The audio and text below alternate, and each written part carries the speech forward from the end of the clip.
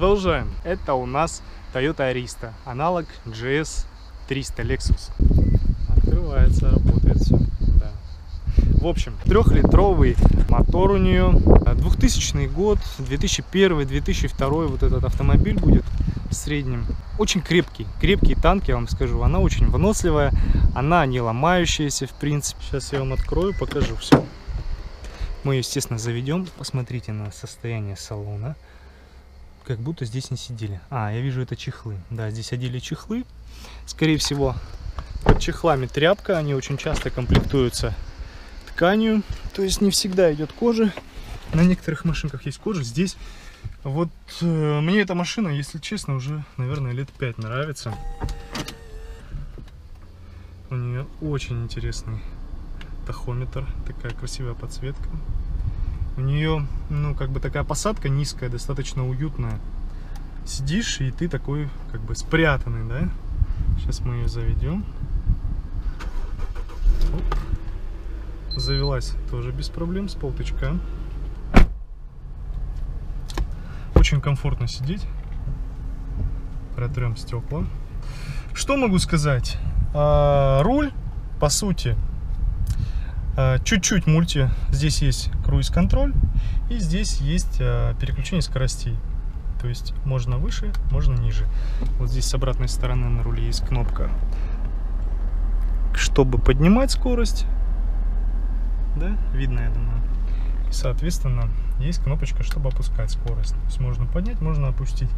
Для того, чтобы повыеживаться. То есть мы переключаем коробку в режим драйв. И вот этими вот кнопочками в режим. Вот, и мы переключаем. Как видите, вот они скорости. Вот она, 2-я, 3-я, 4-я. Ну и просто переключили в автоматический режим. То есть можно наваливать. Комплектация достаточно пустая у этой машинки. В принципе, ничего здесь уникального нету. Но она достаточно комфортная, выносливая. То есть вы ее купили, она хоть и старая, там начало, да, 2000-х годов, но тем не менее живучая машина. То есть сел, поехал, и в принципе вопросов никаких нет. Багажник не сильно большой, с Эльсером не сравнить. То есть машина среднего класса, да, но в принципе вещей сюда достаточно много влезет, и в путешествие отправиться можно без проблем. Так. Вот такой вот она имеет общий внешний вид.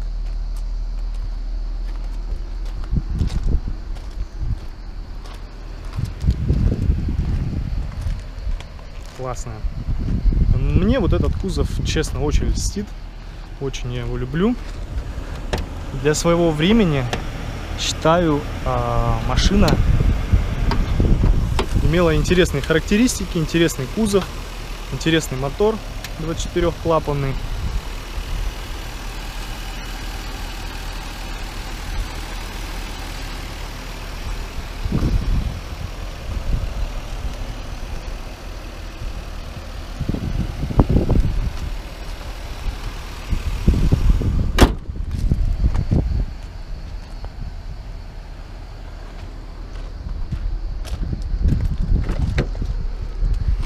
Послушаем звук, как она у нас работает.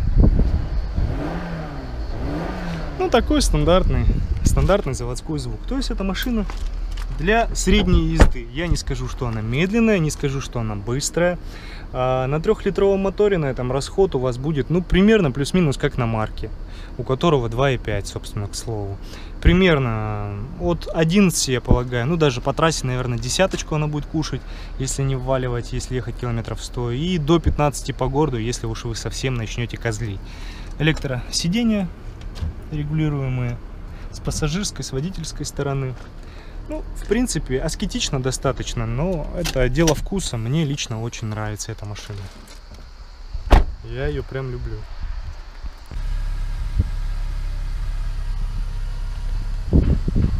Оценим внешний вид. Учитывая стоимость этой машины, я считаю, ее брать можно. То есть, да, она маленькая. Она подойдет для небольшой семьи. Ну, в принципе, если там папа, мама и ребенок, то в принципе очень даже хватит места. Она чуть-чуть больше, чем Мини Купер. Не слишком большая, но она классная. Она классно выглядит. Согласитесь, внешний вид она имеет. Багажник достаточно просторный для такой малышки. То есть, ну, пару хороших сумок сюда войдет. Если что, можно и даже сзади закинуть. 4 больших дяди, в принципе, я думаю, здесь усядутся.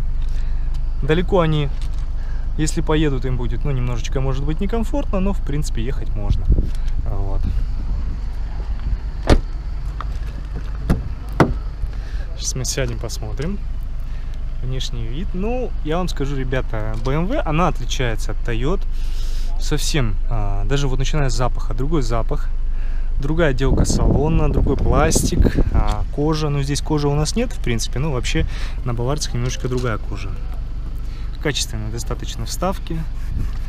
Ткань хорошая, на сиденьях она достаточно износостойкая. Регулируется все вручную. То есть машина простая, аскетичная, но взгляды притягивает. И ездить на ней очень приятно. Мы сегодня на ней прокатимся. В принципе, ноги я вытянул по полной. То есть я прям уселся, у меня даже еще, по-моему, места осталось немножко. Вот, я по максимуму уселся, и смотрите, я прям лежу. Сзади, конечно, за мной никто не сядет уже.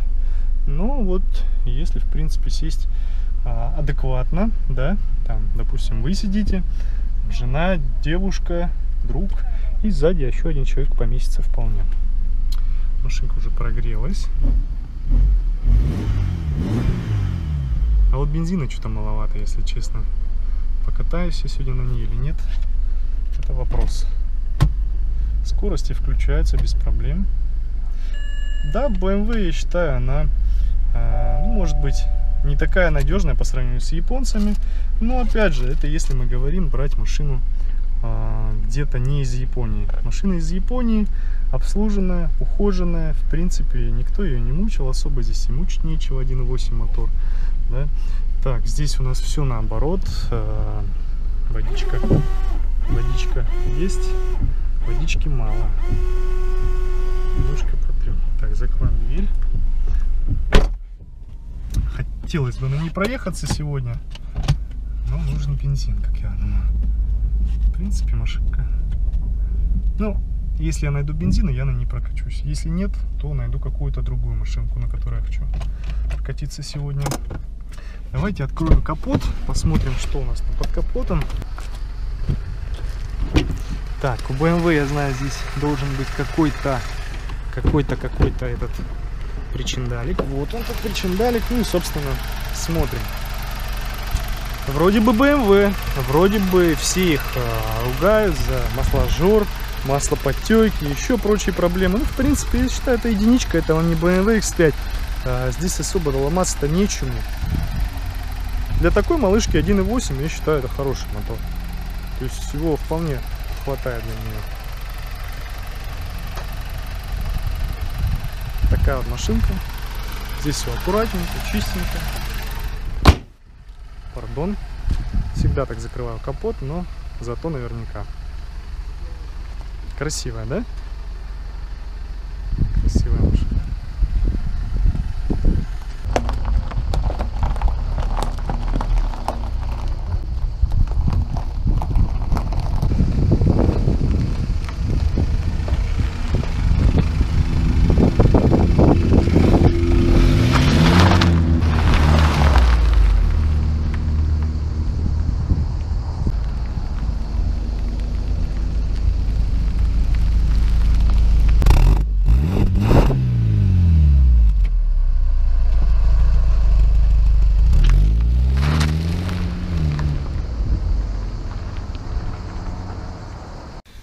Ну что, за рулем BMW единички. Посмотрим, как она ездит. Я, конечно, не ожидаю чего-то от нее уникального, но посмотрим. Как-то же она ехать должна. Жестковатая, ничего не скажешь, жестковатая машина. По сравнению с тем же Nissan, даже она, я скажу, жестче. Реально жестче.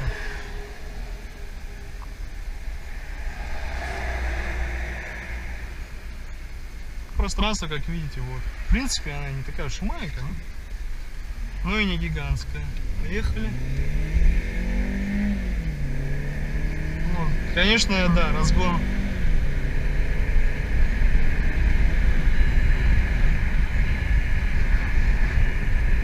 Коробка задумчивая слегка.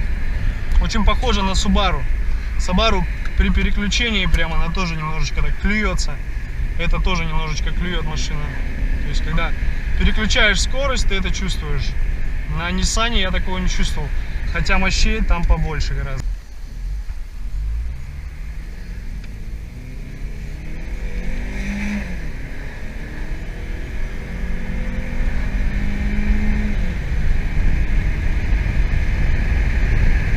Неплохо, в принципе, да. Да, на спорт-режиме она уже идет иначе. Для такой малявки, я считаю, это неплохой такой показатель. Хотя я не давил в пол совершенно. Так, средненько нажал.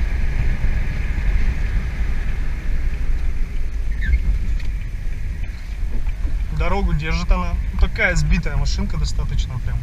Да, хорошая сбитая. Приятно, да, блин.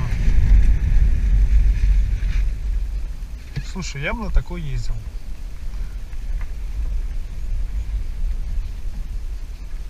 Состояние у машины очень хорошее, серьезно, ребят.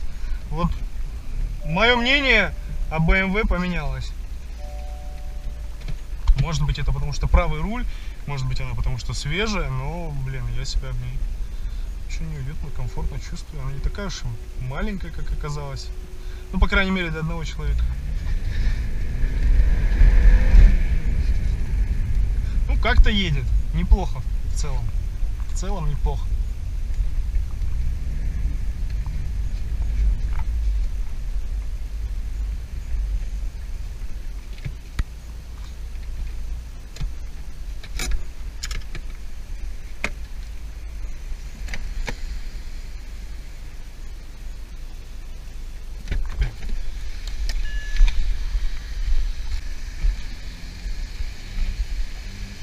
Вам вид от первого лица.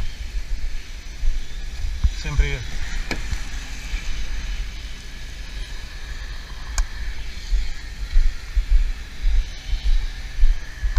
Чё я сразу так не начал снимать?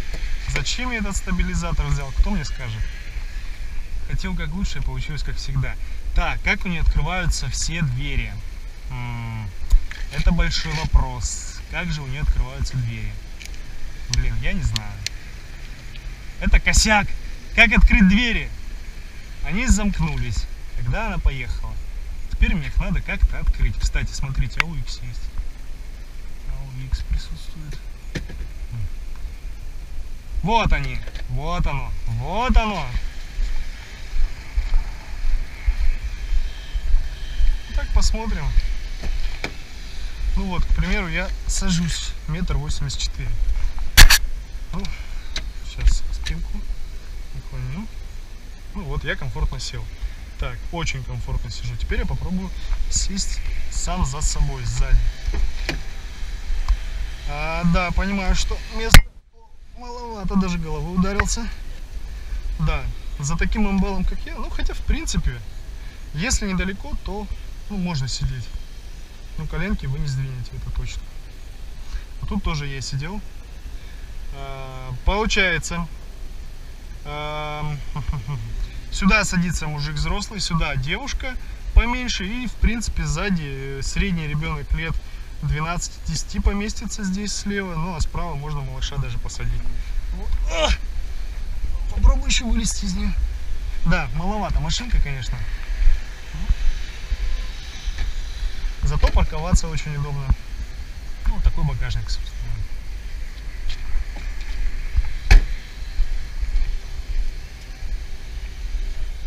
Так.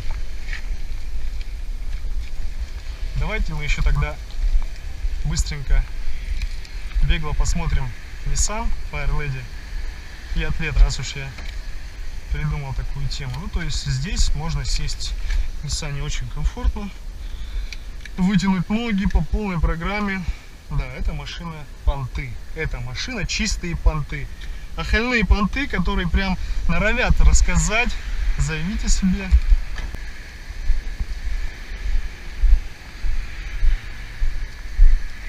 Так, ну теперь рассмотрим Athlete. так можно сесть сзади. Место прилично, комфортно. Какой запах вот дает крутой. Ну, вот так вот это все. Вот так все это вы себе будете представлять. И сзади можно сесть достаточно комфортно. Заднему пассажиру, при том, что спереди сидел большой пассажир, 1,80 м. И всем комфортно. То есть на этой машине можно и вчетвером, в пятером спокойно ездить.